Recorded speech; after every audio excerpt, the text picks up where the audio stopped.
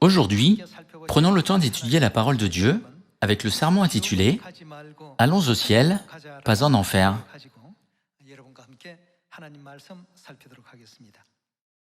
Cette année a été l'une des années les plus chaudes de tous les temps. Pour cette raison, nous avons vu divers événements météorologiques extrêmes se produire partout dans le monde. Comme le temps est devenu exceptionnellement chaud, j'ai entendu beaucoup de gens dire « Je ne dois pas aller en enfer ». Dans le cas de la Corée, chaque fois que la température est élevée, elle atteint environ 37 degrés. Même 37 degrés, c'est très chaud, et la plupart des gens ont du mal à faire face à une telle situation, mais cette année, cela dure même environ un mois. Il fait très chaud depuis environ un mois, mais s'il faisait encore plus chaud que cela, serions-nous vraiment capables de vivre? Nous ne pouvons pas imaginer à quel point ce serait difficile. Il y a encore des pays qui ont atteint 45 degrés et même 47 degrés cette année. Alors, qu'en est-il de l'enfer? L'enfer ne serait-il que de 47 degrés? Après ce mois, quand l'automne arrive enfin, comment nous sentons-nous? Ce n'est qu'alors que nous pouvons nous sentir un peu plus soulagés. Par ces chaudes journées d'été, j'en suis venu à réfléchir à ce que serait l'enfer. La température de l'enfer ne serait-elle que de 47 ou de 50 degrés? Il est écrit « Ils seront tourmentés jour et nuit au siècle des siècles ». Et si quelqu'un vivait en enfer, pas seulement pendant un mois, mais pour toujours, cette personne pourrait-elle endurer une telle douleur? Pourquoi Dieu est-il venu sur cette terre pour sauver ses enfants en laissant toute la gloire du ciel? Surtout cette année, j'y pense de plus en plus. Cette année, il n'est pas exagéré de dire que presque toute l'Europe, y compris l'Italie, la Turquie et la Grèce, a été balayée par d'énormes incendies en raison de conditions météorologiques extrêmes. En Californie, ces conditions se produisent chaque année comme si elles étaient un événement annuel. De plus, cette année, c'est la première fois en 150 ans que la Russie connaît des températures aussi élevées. Si quelque chose s'est produit en plus de 100 ans, vous pouvez comprendre que cela ne s'est jamais produit auparavant. En Sibérie, en Russie, les conifères ne pouvaient pas supporter la chaleur intense et sont devenus très secs, ce qui a provoqué des incendies successifs. En regardant une photo prise par la NASA via un satellite, nous pouvons constater que toute la Sibérie est maintenant remplie de fumée. En outre, dans des endroits comme la Grèce, presque toute l'île est en feu. Donc, quand les gens fuient pour demander de l'aide, ils crient en disant « c'est comme voir l'enfer ». C'est ce que les habitants disent en s'enfuyant. Quand ils regardent ces phénomènes, c'est comme s'ils voyaient la fin du monde. Pourquoi Dieu le Père et Dieu la Mère sont-ils venus sur cette terre? Et pourquoi ont-ils fait des efforts incessants pour sauver leurs enfants? Même maintenant que la température n'est que de 37 degrés, nous ne pouvons pas dormir. Le soir, bien que la température baisse un peu, nous ne pouvons toujours pas supporter la chaleur. Nous allumons le ventilateur et le climatiseur. Cependant, quand l'unité extérieure du climatiseur fonctionne toute la journée, il peut surchauffer et provoquer un incendie. Comme je vois ces situations se produire plus souvent, la question « quelle serait la température en enfer ?» me traverse soudainement l'esprit. À quel point cela serait-il douloureux? Les enfants de Sion ne doivent jamais faire des choses qui les conduisent en enfer. Ils ne doivent pas se comporter d'une manière qui les conduirait en enfer et ne doivent pas avoir le mauvais état d'esprit qui les amènerait à aller en enfer. Nous devons nous demander comment pouvons-nous parcourir avec force ce chemin de l'Évangile vers le royaume des cieux, vers lequel Père et Mère nous ont conduits et qu'ils ont ouvert pour nous. Ne devrions-nous pas vivre le reste de notre vie avec cette pensée dans notre esprit? Les membres de notre famille de Sion remercient beaucoup Père et Mère en disant « Merci beaucoup de ne pas m'avoir laissé aller en enfer ». Frères et sœurs, peu importe à quel point la vie sur cette terre est difficile et gênante, peut-elle être comparée à l'enfer? En pensant à cela, prenons toujours courage. Peu importe à quel point notre vie actuelle et nos conditions actuelles sont remplies d'épreuves et de difficultés, nous ne devons jamais abandonner l'espoir du ciel.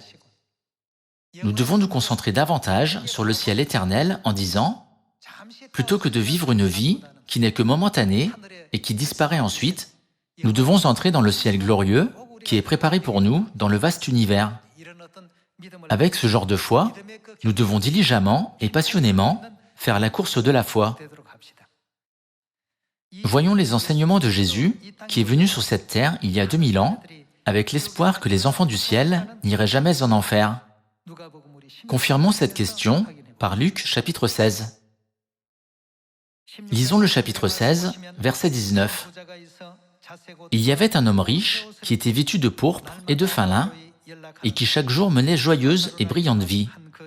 Un pauvre, nommé Lazare, était couché à sa porte, couvert d'ulcères, et désireux de se rassasier des miettes qui tombaient de la table du riche, et même les chiens venaient encore lécher ses ulcères. Le pauvre mourut, et il fut porté par les anges dans le sein d'Abraham. Le riche mourut aussi, et il fut enseveli. Dans le séjour des morts, il leva les yeux, et, tandis qu'il était en proie au tourment, il vit de loin Abraham et Lazare dans son sein. Il s'écria, « Père Abraham, aie pitié de moi, et envoie Lazare pour qu'il trempe le bout de son doigt dans l'eau et me rafraîchisse la langue, car je souffre cruellement dans cette flamme. » Il est écrit, « Je souffre cruellement. » Verset 25. Abraham répondit, « Mon enfant, souviens-toi que tu as reçu tes biens pendant ta vie et que Lazare a eu les maux pendant la sienne. Maintenant, il est ici consolé, et toi, tu souffres. D'ailleurs, il y a entre nous et vous un grand abîme, afin que ceux qui voudraient passer d'ici vers vous, ou de là vers nous, ne puissent le faire. » Le riche dit, « Je te prie donc, Père Abraham, d'envoyer Lazare dans la maison de mon père, car j'ai 5 frères. C'est pour qu'il leur atteste ces choses, afin qu'ils ne viennent pas aussi dans ce lieu de tourment. » Ici, l'homme riche prie Dieu de ressusciter Lazare, qui est déjà mort, afin qu'il puisse avertir ses frères de ne pas venir dans ce lieu de tourment.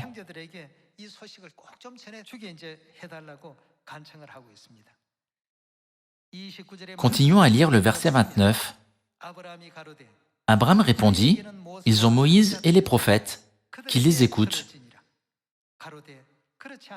Et il dit, « Non, Père Abraham, mais si quelqu'un des morts va vers eux, ils se repentiront. » Et Abraham lui dit, « S'ils n'écoutent pas Moïse et les prophètes, ils ne se laisseront pas persuader, même si quelqu'un des morts ressuscitait. »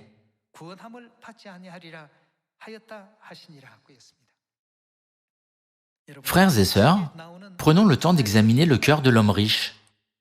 Il a dit, « S'il te plaît, ne les laisse pas venir dans ce lieu de tourment.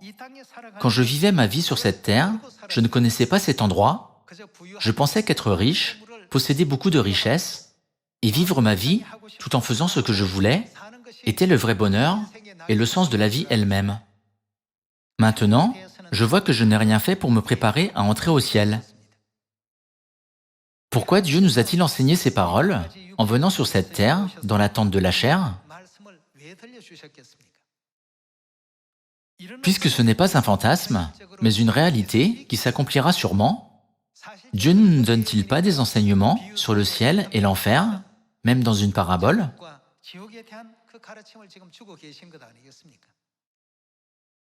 À seulement 37 degrés, les gens disent « Il fait trop chaud, je ne peux pas le supporter, je ne pouvais pas du tout dormir. » J'entends beaucoup de gens dire qu'ils ne peuvent pas supporter un temps aussi chaud. Mais combien de temps devons-nous endurer cette chaleur? Cette chaleur insupportable ne dure qu'un mois en Corée. Les gens ont du mal à endurer cet inconvénient momentané, mais l'enfer est un endroit où ils seront tourmentés au siècle des siècles. L'homme riche de cette parabole a également dit « Je ne savais vraiment pas qu'un tel endroit existait. S'il te plaît, ressuscite Lazare et envoie-le dans la maison de mes frères, afin qu'il ne vienne pas dans ce lieu de tourment. Si quelqu'un revient d'entre les morts et leur dit qu'il existe vraiment un tel monde, ne se repentiront-ils pas? Qu'est-ce que Dieu, qui est comparé à Abraham, dit? Il y a déjà des prophètes parmi eux, et ils transmettent le message de Dieu. S'ils refusent d'écouter les prophètes, ils n'accepteront pas ce message sérieusement, même si quelqu'un ressuscite des morts. Aujourd'hui, nous, les enfants de Sion, devons comprendre la volonté de Dieu qui est venu sur cette terre, dans l'attente de la chair, et qui a proclamé le message concernant le ciel et l'enfer à toute l'humanité. Nous en sommes venus à connaître l'œuvre de Dieu pour nous sauver, et vivons maintenant une vie de gratitude envers Dieu. Cependant, nous devons prendre le temps de réfléchir au cœur de père et mère, qui demandent sincèrement « N'allez pas en enfer, mais allez au ciel ». Nous pouvons voir cela à travers les paroles de Dieu écrites dans Luc chapitre 16 et Marc chapitre 9. Nous devons toujours garder à l'esprit que l'enfer est un lieu de tourment. En tant que peuple de Dieu, nous devons nous débarrasser de toutes les actions, pensées et attitudes qui nous conduiraient en enfer. Voyons maintenant la parole de Dieu dans Marc chapitre 9, verset 42. Mais si quelqu'un scandalisait un de ces petits qui croient, il vaudrait mieux pour lui qu'on lui mette au cou une grosse meule de moulin et qu'on le jette dans la mer. Si ta main est pour toi une occasion de chute, coupe-la. Mieux vaut pour toi entrer manchot dans la vie que d'avoir les deux mains et d'aller dans la géhenne, dans le feu qui ne s'éteint point. Si ton pied est pour toi une occasion de chute, coupe-le. Mieux vaut pour toi entrer boiteux dans la vie que d'avoir les deux pieds et d'être jeté dans la géhenne. Et si ton œil est pour toi une occasion de chute, arrache-le. Mieux vaut pour toi entrer dans le royaume de Dieu n'ayant qu'un œil que d'avoir deux yeux et d'être jeté dans la géhenne, où leur ver ne meurt point et où le feu ne s'éteint point, car tout homme sera salé de feu. Ici, pensez-vous que Jésus enseigne à ses disciples à couper littéralement leurs mains et leurs pieds? Au lieu de cela, il nous a fait comprendre que puisque l'enfer est un endroit si douloureux, nous devrions plutôt couper tout ce qui nous conduirait en enfer. En d'autres termes, ne faites rien qui pourrait vous conduire en enfer. Frères et sœurs, à quel point êtes-vous bénis? Il y aura beaucoup de gens qui crieront à Dieu le jour du jugement en disant « Seigneur, Seigneur », et en prétendant qu'ils ont prophétisé, chassé des démons et fait des signes, des prodiges et des miracles. Cependant, Jésus leur donnera une réponse sévère. « Je ne vous ai jamais connus ». Ils pensaient que s'ils faisaient de telles choses, ils pourraient aller au ciel. Cependant, le Christ lui-même est venu sur cette terre et nous a enseigné le chemin du ciel. Il a ouvert le chemin de la vérité de la nouvelle alliance, un à un, en nous montrant le sabbat et la Pâque. Que serait-il arrivé si père et mère ne nous avaient pas fait réaliser la vérité de la nouvelle alliance, c'est-à-dire la vérité de Sion? Que serait-il arrivé s'ils ne nous avaient pas conduits à Sion, où les fêtes de Dieu sont célébrées? Comment pourrions-nous être assurés d'entrer dans le royaume des cieux? Chaque fois que nous pensons à une telle grâce, nous devons rendre grâce à Dieu en disant « Merci de m'avoir permis d'aller au ciel ». Bien sûr, tout au long de notre vie, il y aura des difficultés financières, divers problèmes liés au travail et diverses difficultés. Néanmoins, nous devons toujours rendre grâce à Dieu. Ne devrions-nous pas vivre une vie si reconnaissante? Avons-nous tous été expulsés du ciel, simplement pour vivre cette vie physique sur la terre? Après avoir péché dans le ciel, nous vivons maintenant une vie de repentance. C'est ainsi que nous devons passer notre vie de tous les jours. Dans la Bible, Dieu continue à souligner les paroles « Vous ne devez jamais aller en enfer, mais vous devez aller au ciel » à travers la parabole de l'homme riche et de Lazare et les paroles de Marc chapitre 9. Ouvrons Apocalypse chapitre 19. Chapitre 19, verset 19. Et je vis la bête, les rois de la terre et leurs armées, rassemblés pour faire la guerre à celui qui était assis sur le cheval et à son armée.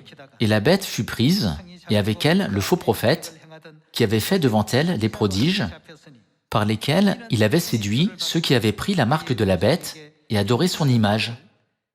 Ils furent tous les deux jetés vivants, ou dans l'étang ardent de feu et de soufre.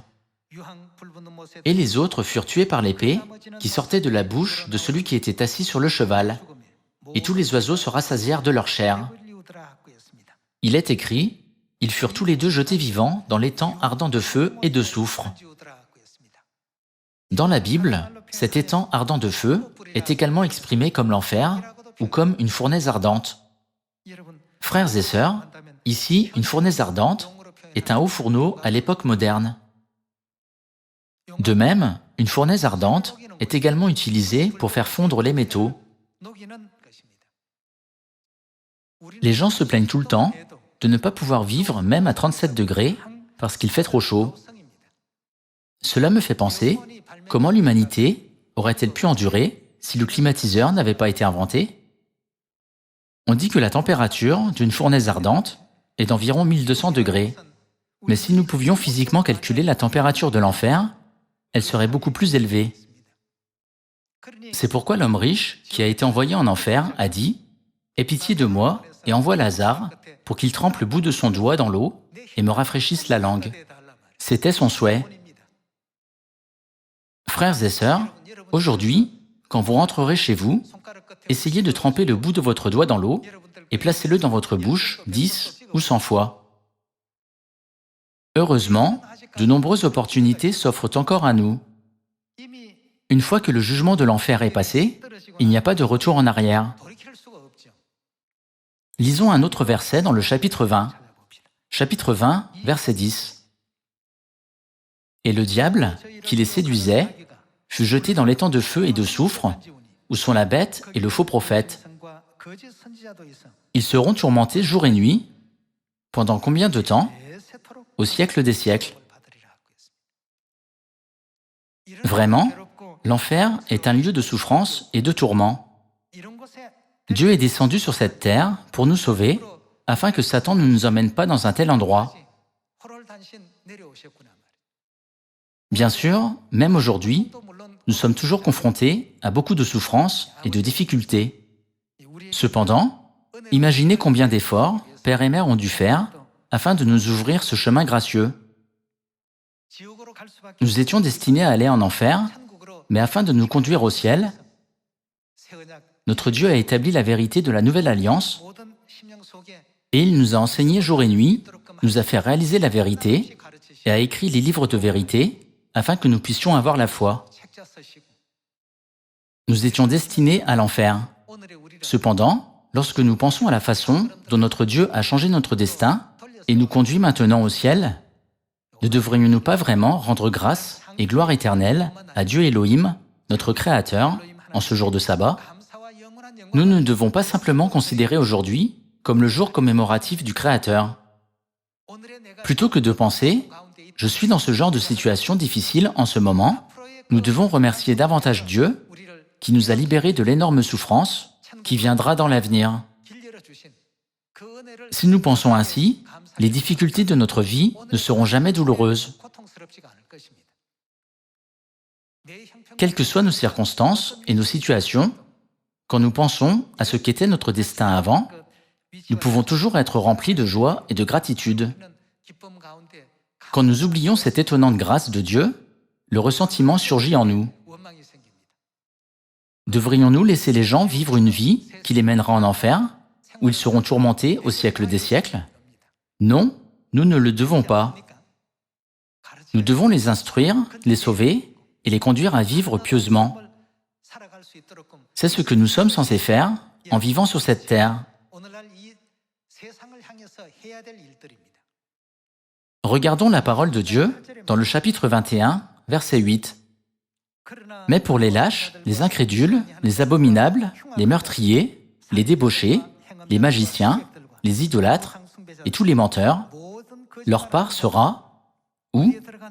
Dans l'étang ardent de feu et de soufre, c'est-à-dire dans le feu de l'enfer, ce qui est la seconde mort. » Nous avons été sauvés d'un tel monde de douleur et de souffrance. Bien que nous soyons confrontés à des températures élevées chaque été, cette année en particulier, il y a eu beaucoup de grands incendies de forêt dans le monde qui semblent être comme le feu de l'enfer. En voyant ces événements se produire, de nombreux habitants ont dit « c'est littéralement comme voir l'enfer, c'est comme voir le jour du jugement dernier ». J'entends beaucoup de gens du monde faire de tels commentaires. Bien sûr, j'ai entendu cela dans les nouvelles, mais chaque fois que j'entends les gens dire « c'est comme voir le feu de l'enfer », cela me fait penser combien nous sommes reconnaissants d'avoir reçu la promesse du ciel par la vérité de la nouvelle alliance et d'éviter d'aller en enfer. Supposons que nous ne rendions pas grâce pour ce fait, mais que nous considérions plutôt nos inconvénients mineurs et temporaires, nos difficultés et nos obstacles comme grands. Dans ce cas, j'en viens à penser, ne devrions-nous pas rafraîchir et rajeunir notre état d'esprit, ainsi que notre vie de foi?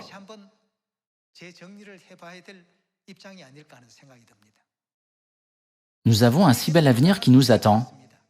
Gardons à l'esprit qu'il y aura un temps où les obstacles temporaires auxquels nous sommes confrontés aujourd'hui ne seront plus du tout des obstacles. Veuillez ruminer les paroles données par notre Père et notre Mère dans Apocalypse chapitre 21. Je vous accorderai un monde où il n'y aura plus ni mort, ni deuil, ni tristesse, ni douleur. C'est ce que Dieu nous a promis. Aujourd'hui, en ce jour de sabbat, avec l'espoir de croire en cette promesse, pensons, nous sommes vraiment bénis. Nous sommes les enfants célestes les plus bénis. En ayant une telle foi, rendons grâce et gloire à Père et Mère. Par cela, j'aimerais conclure le sermon d'aujourd'hui. Merci beaucoup.